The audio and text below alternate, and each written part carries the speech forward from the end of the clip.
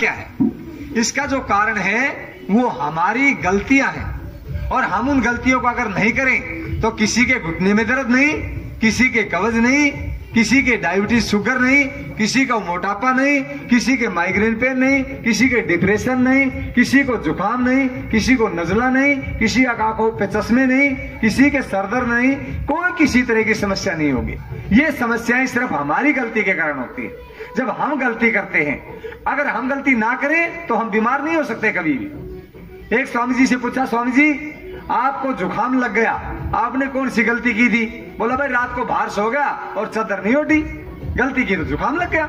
इसी तरह घुटनों का दर्द है, चाहे सर दर्द है, चाहे माइग्रेन पेन है, डिप्रेशन है, ब्रेन ट्यूमर है, जो भी समस्याएं हैं वो हमारी गलती के कारण होती है। क्योंकि परमपिता परमात्मा ने जब हमारे को जीवन दिया था, हम माँ के गर्भ से हमने जन्म लिया था, उस समय पे हम बीमार नहीं थे, हमारे को जुकाम नजला नहीं था, हमारा शरीर बिल्कुल स्वस्थ था। लेकिन जैसे जैसे हम बड़े होते गए, हम अनेकों प्रकार के ऐसी चीजों का खान पान किया, हमने सोने पीने की अपनी दिनचर्या को बिगाड़ा, और अपने जो दिनचर्या दिन भर का जो कार्य करने का हमारा है उसका भी हमारा कोई निश्चित समय नहीं रहा। सोना और जागना हमारा बिगड़ा, इस कारण से हम रोगी होते चले गए।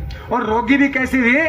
इतने ज्यादा रोगी है कि हे परमपिता परमात्मा अगर मुझे उठा ले तो मेरे ये रोग कट जाएंगे, सारा पीछा छूट जाएगा।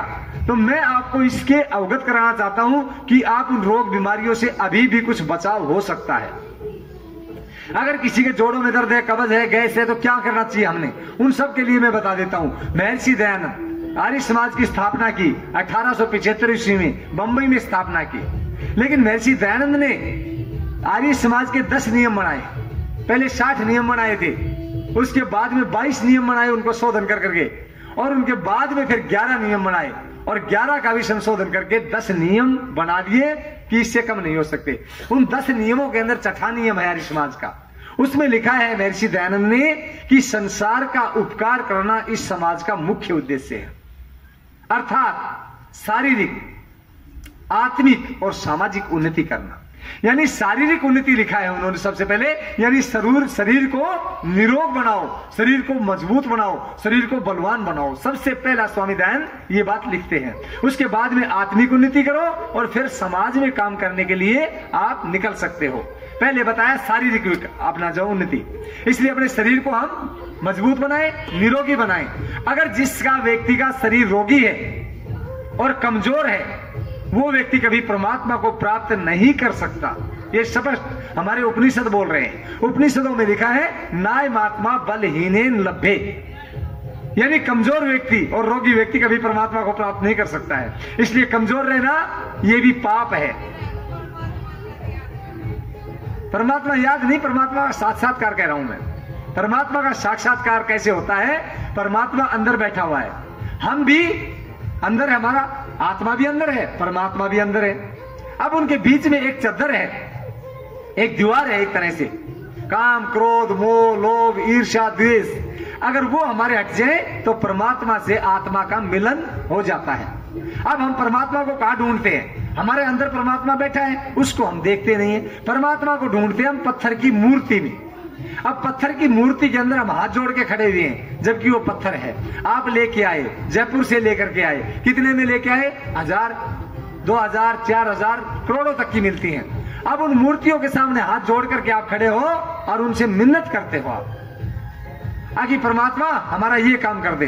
आपके परमात्मा का दर्शन अगर करना है तो मूर्ति के अंदर दर्शन नहीं हो सकते हैं। क्यों नहीं हो सकते? उसके साक्षात्कार नहीं हो सकते। परमात्मा कहां पर है? मूर्ति में भी है, गाड़ी में भी है, कण कण में है, सब जगह परमात्मा विराजमान है। तो पत्थर में भी है, मूर्ति में भी परमात्मा है। लेकिन परमात्मा है मूर्ति के अंदर, लेकिन आत्मा नहीं है। आत्मा मूर्ति में नहीं है। अगर मूर्ति में आत्मा होती तो मूर्ति भी उछल उछल के चलती, सोती, खाना मांगती और लैट्रिन आदि भी जाती, पानी पेशाब भी करती, बुखार भी चढ़ता, जुकाम भी हो जाता, कभी कभी ऐसा होता। लेकिन उस मूर्ति के अंदर क्या आत्मा नहीं है, परमात्मा है। लेकिन एक चीज है, एक नहीं है, तो वो कैसे मिलेंगे? फिर आपस में नहीं मिल सकते हैं। लेकिन अंदर हमारे शरीर के अंदर आत्मा भी है, परमात्मा भी है, दोनों के दोनों है। आंखें बंद करके अगर आप देखेंगे तो आपको साक्षात्कार हो जाएंगे। परमात्मा को ढूंढना कोई बड़ी बात नहीं है, कोई दूर थोड़ी है, कोई दूर हो तो कहीं से पकड़ के लाना पड़े, वो तो अंदर ही बैठा है। लेकिन हम ढूंढना नहीं चाहते, परमात्मा से हम साक्षात्कार करना नहीं चाहते। सोचते हैं परमात्मा का साक्षात्कार हो गया तो पता नहीं क्या काम हो जाएगा, कुछ और काम उड़ा देगा, इसलिए बचने की कोशिश करते हैं। फिर भी हम क्या करते हैं, दुनिया ये कहेगी ये परमात्मा का ध्यान नहीं करता, स्मरण नहीं करता, चिंतन नहीं करता, मनन नहीं करता, तो हमने एक बेकार का पाखंड पकड़ लिया। क्या? आरती करते हैं, जय गणेश देवा, माता तेरी पार्वती, पिता महादेवा, कहीं ध्यान रहेगा, कहीं वो करते रहेंगे, काम बाहर रहेगा, कहीं कोई बाहर देख रहे हैं, कभी कोई कुत्ता बिल्ली ना आ जाए, और आरती भी करते रहते हैं। वो फॉर्मेलिटी इसलिए करते हैं कि लोग हमें कभी धिक्कारे नहीं, अगर तू कैसा निर्भाग है जो परमात्मा का भी ध्यान नहीं करता। इसलिए वो फॉर्मेलिटी पूरी करने के लिए हम वो अगरबत्ती धूपबत्ती जलाते हैं, लेकिन परमात्मा का साक्षात्कार होने का कोई रास्ता नहीं है। तो फिर क्या करें हम? एक बार एक आदमी अपनी पत्नी से दुखी हो गया था, हो जाते हैं कहीं, और वो इतना दुखी हो गया था किसी तरह पीछा छूट जाए इससे। आपने से नहीं करा, मैं कहीं बाहर की बात बता रहा हूं, कहीं सोचो खेड़ी की बता रहा है। अब वो दुखी इतना हो गया कि किसी तरह पीछा छूट जाए। अब वो चले गए कहीं मेले में। अब मेले में तो भीड़ भड़ाका होता है। अब मेले में गया तो उसकी पत्नी पता नहीं कैसे उसने गिरचोली सी काट के और उसको छोड़ दिया। अब वो मेले में कहीं गुम हो गई। अब गुम होने के बाद में वो घर आया। अब घर आकर के उसने एप्लीकेशन लिखी कि मेरी पत्नी ऐसे ऐसे वहां पर उस मेले में गुम हो गई। अब उसमें खो गई। अब खोने के बाद एप्लीकेशन लेकर के वो गया पोस्ट ऑफिस में, डाकखाने में।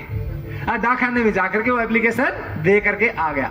लेकिन वो देने लगा, जब वो पोस्ट मास्टर कहने लगा, बोला भाई क्या बात है, किस बात की एप्लीकेशन दे रहा है? बोला जी मैं एप्लीकेशन दे रहा हूँ, मेरी पत्नी गुम हो गई, मेले के अंदर गए थे हम घूमने के लिए, लेकिन वो वहीं खो गई। तो वो कहने लगा, अरे भाई तू पोस्ट ऑफिस में एप्लीकेशन दे रहा है, ये तो थाने में देते हैं, थाने में देनी चाहिए। तेरी पत्नी मिलेगी तो थाने में एप्लीकेशन देगा तब मिलेगी। बोला जी मैं ढूंढना नहीं चाहता, मैं तो खाली बस एप्लीकेशन इसलिए दी है अगर लोग बाग ये ना कह दे निर्भाग की पत्नी गुम होगी और इसने कुछ कराया ही नहीं, उसके लिए ढूंढने के लिए कोई उपाय नहीं किया, इसलिए मैं तो फॉर्मेलिटी पूरी करने के लिए आया हूँ, ढूंढना मैं भी नहीं चाहता। तो परमात्मा को भी हमें नहीं चाहते ढूंढना, हम तो केवल फॉर्मेलिटी करते घूम रहे हैं। अगर जो परमात्मा को चाहता है, कहता है कि उसको परमात्मा मिल जाता है, परमात्मा के साक्षात्कार हो जाते हैं। तो मैं आपको बता रहा था एक बात, सबसे पहले शरीर, पहला सुख निरोगी काया। जिसका शरीर स्वस्थ है वो सारे काम दुनिया में कर सकता है और दूसरों को सेवा भी कर सकता है। कहते हैं कि जिसके पास जो कुछ होता है वो वही देता है। अभी मेरे पास क्या है, जो ज्ञान है, स्वास्थ्य संबंधी ज्ञान है, तो मैं वो दे देता हूं। किसी के पास सुख है तो वो सुख देता है लोगों को, किसी के पास धन है तो वो धन देता है लोगों को, और किसी के पास दुख है तो वो दुख देता है लोगों को। जिसके पास जो कुछ है वही देगा और कुछ नहीं दे सकता हो। अगर आदमी बीमार है, दुखी है, तो वो क्या करेगा, दूसरों को भी दुख देगा। अरे भाई ये करना, अरे भाई ये करना, अरे मेरे को पानी देना, अरे मेरा बिस्तर देना, अरे मेरे को रजाई उठाना। इस तरह से वो सारा समस्याएं खड़ी करेगा और वो दूसरों को दुख के सिवाय और कुछ भी नहीं दे सकता है। इसलिए कहते हैं हमें रोगी नहीं होना चाहिए। पहला सुख है वो दुनिया के अंदर बताया है कि पहला सुख निरोगी काया है। जिसका शरीर ठीक है वो दुनिया में सबसे अच्छा आदमी है। इसलिए कहते हैं भाई स्वस्थ कैसे हो। अब स्वस्थ होने के मैं 4 नियम आपको बता देता हूं। हमारे जिले सिंह जी हैं, उन 4 नियमों पर बहुत ध्यान देते हैं। 4 नियम कौन से हैं, अगर आप उनको अपनाओगे तो आपको निश्चित रूप से लाभ मिलेगा उनसे। वो नियम किसी ने अपनाए, बहुत हमारे साधु सन्यासियों ने अपनाए और वो आज सुखी हैं बिल्कुल। उनको ये नहीं पता बुखार कब चढ़ता है। आप नहीं तो मैं पहला नियम आपको बता देता हूं, और मेरा नहीं है ये, महर्षि वाग्भट जी का है। और महर्षि वाग्भट जी के गुरु थे महर्षि चरक। अब महर्षि चरक के शिष्य वाग्भट जी बड़े विद्वान थे, ऋषि थे। उन्होंने ग्रंथ लिखे अपने, और 2 पुस्तक लिखी, एक अष्टांग संग्रम और एक अष्टांग हृदयम। 2 पुस्तकों में 7000 सूत्र लिखे उन्होंने, और एक सूत्र उसमें लिखते हैं वो भोज नान्ते विषमवारी। अब ये सूत्र आपके बहुत काम का है।